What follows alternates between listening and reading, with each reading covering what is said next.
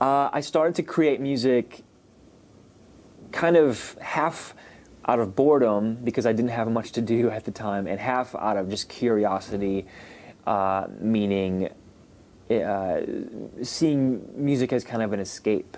So it was partly due to just, I was working a job that I didn't necessarily love, and I was kind of going to school and didn't really feel like things were working out, so I started to make music to kind of pass the time.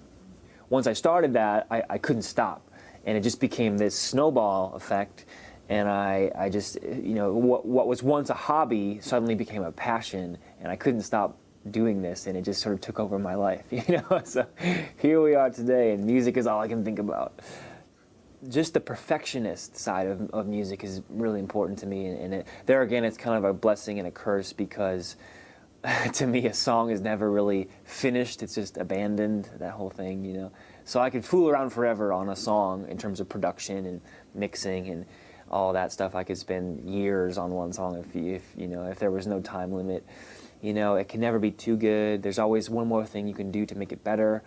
And learning to recognize the weak spots in a given song, or a place that could really be reinforced on a record, or however that works in the live show, just in general. I'm always looking for places where I can improve, and I think that's an important thing no matter what you do, whether it's music or anything else. Carly Rae and I met on email for the first time and sent her the track, and she wrote back and said, I love the track, I'm a fan of your music, and I'd be honored to sing on it.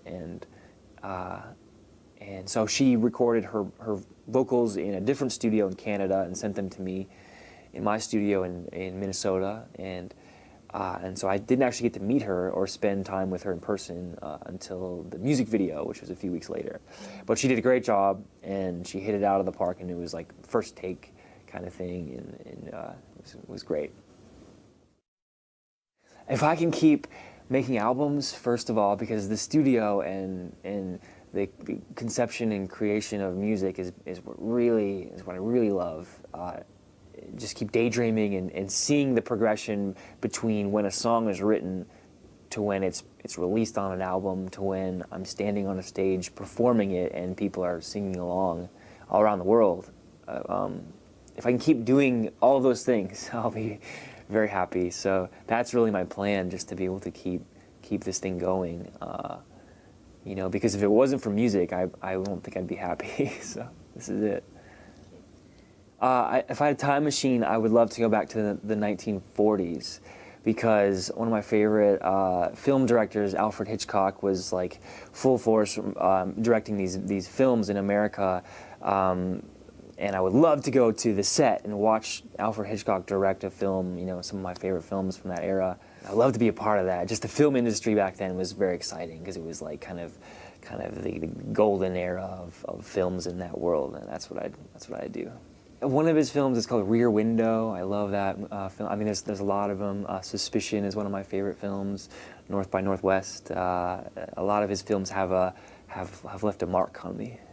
Yeah, I would just love to be on the set, even if it was just as a ghost. I would just love to watch the magic being created. Yeah.